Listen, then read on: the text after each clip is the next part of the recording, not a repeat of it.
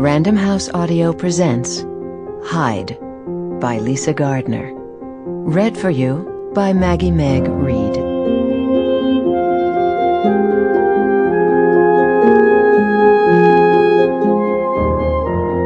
Chapter 1. My father explained it to me the first time when I was 7 years old.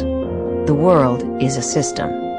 School is a system. Neighborhoods are a system. Towns, governments, any large group of people. For that matter, the human body is a system enabled by smaller biological subsystems.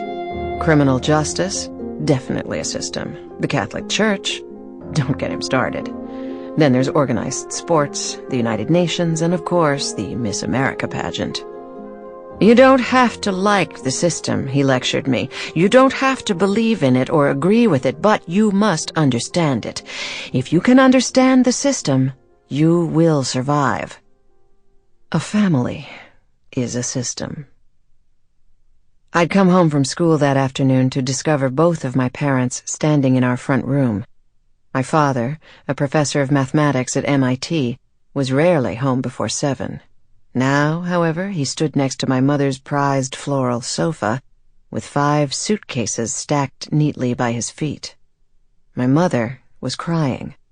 When I opened the front door, she turned away as if to shield her face, but I could still see her shoulders shaking. Both of my parents were wearing heavy wool coats, which seemed odd, given the relatively warm October afternoon. My father spoke first.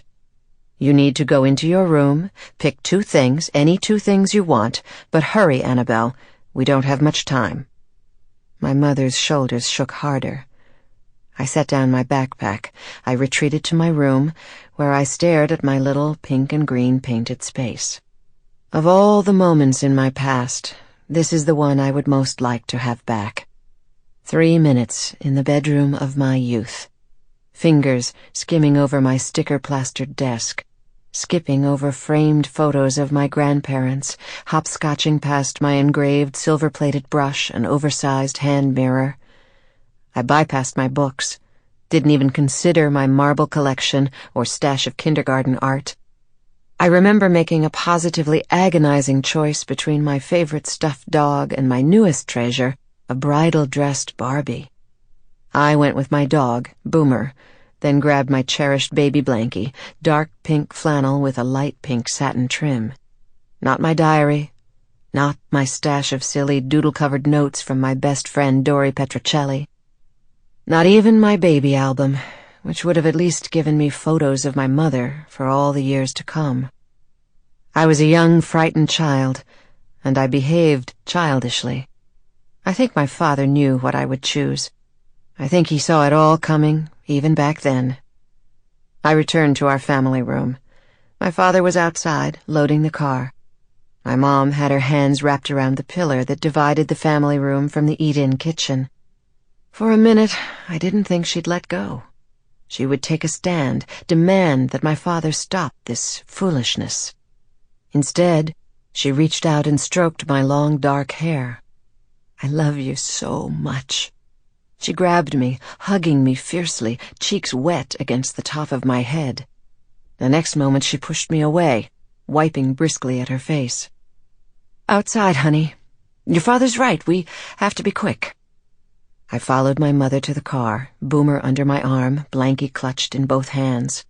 We took our usual places, my father in the driver's seat, my mother riding shotgun, me in the back. My father backed our little Honda out of the drive. Yellow and orange leaves swirled down from the beech tree, dancing outside the car window. I spread my fingers against the glass as if I could touch them. Wave at the neighbors, my father instructed. Pretend everything is normal. That's the last we ever saw of our little oak-dotted cul-de-sac. A family is a system. We drove to Tampa. My mother had always wanted to see Florida, my father explained. Wouldn't it be nice to live amid palm trees and white sandy beaches after so many New England winters? Since my mother had chosen our location, my father had picked our names. I would now be called Sally. My father was Anthony, and my mother Claire. Isn't this fun? A new town and a new name. What a grand adventure. I had nightmares in the beginning. Terrible, terrible dreams, where I would wake up screaming, "I saw something! I saw something!"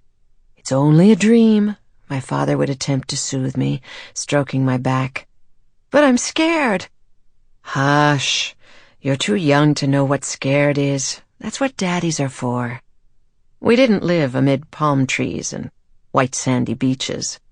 My parents never spoke of it, but as an adult looking back, I realize now that a PhD in mathematics couldn't very well pick up where he left off, especially under an assumed identity. Instead, my father got a job driving taxis. I loved his new job. It meant he was home most of the day, and it seemed glamorous to be picked up from school in my own personal cab. The new school was bigger than my old one. Tougher. I think I made friends, though I don't remember many specifics about our Florida days.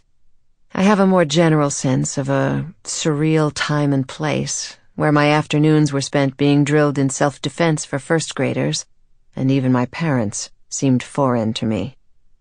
My father, constantly buzzing around our one-bedroom apartment. "What do you say, Sally? Let's decorate a palm tree for Christmas." "Yes, sir, we're having fun now." My mother, humming absently as she painted our family room a bright shade of coral, giggling as she bought a swimsuit in November, seeming genuinely intrigued as she learned to cook different kinds of flaky white fish. I think my parents were happy in Florida, or at least determined. My mother decorated our apartment. My father resumed his hobby of sketching. On the nights he didn't work, my mother would pose for him beside the window, and I would lie on the couch, content to watch my father's deft strokes as he captured my mother's teasing smile in a small charcoal sketch. Until the day I came home from school to find suitcases packed, faces grim. No need to ask this time. I went into my room on my own, grabbed Boomer, found my blankie, then retreated to the car and climbed in the back. It was a long time before anyone said a word. A family is a system. To this day, I don't know how many cities we lived in, or how many names I assumed. My childhood became a blur of new faces, new towns, and the same old suitcases. We would arrive, find the cheapest one-bedroom apartment. My father would set out the next day, always coming home with some kind of job: photo developer, McDonald's manager, sales clerk. My mother would unpack our meager belongings. I would be shuffled off to school. I know I stopped talking as much. I know my mom did too. Only my father remained relentlessly cheerful. "Phoenix! I've always wanted to experience the desert. Cincinnati! Oh, now this is my kind of town. St. Louis! This will be the place for us." I don't remember suffering any more nightmares. They simply went away or were pushed aside by more pressing concerns. The afternoons I came home and found my mother passed out on the sofa. The crash courses in cooking because she could no longer stand up, brewing coffee and forcing it down her throat, raiding her purse for money so I could buy groceries before my father returned from work. I want to believe he had to know, but to this day, I'm not sure. It seemed, for my mother and me at least, the more we took on other names, the more we gave away of ourselves, until we became silent, ethereal shadows, following in my father's blustery wake. She made it until I was 14. Kansas City. We'd lasted 9 months. My father had risen to manager in the automotive department of Sears. I was thinking of going to my first dance. I came home. My mother, Stella, she was called then, was face down on the sofa. This time, no amount of shaking woke her up. I have a vague memory of racing across the hall, of banging on our neighbor's door. "My mother! My mother! My mother!" I screamed. And poor Mrs. Torres, who'd never been granted a smile or wave from any of us, threw open her door. Sample complete. Ready to continue?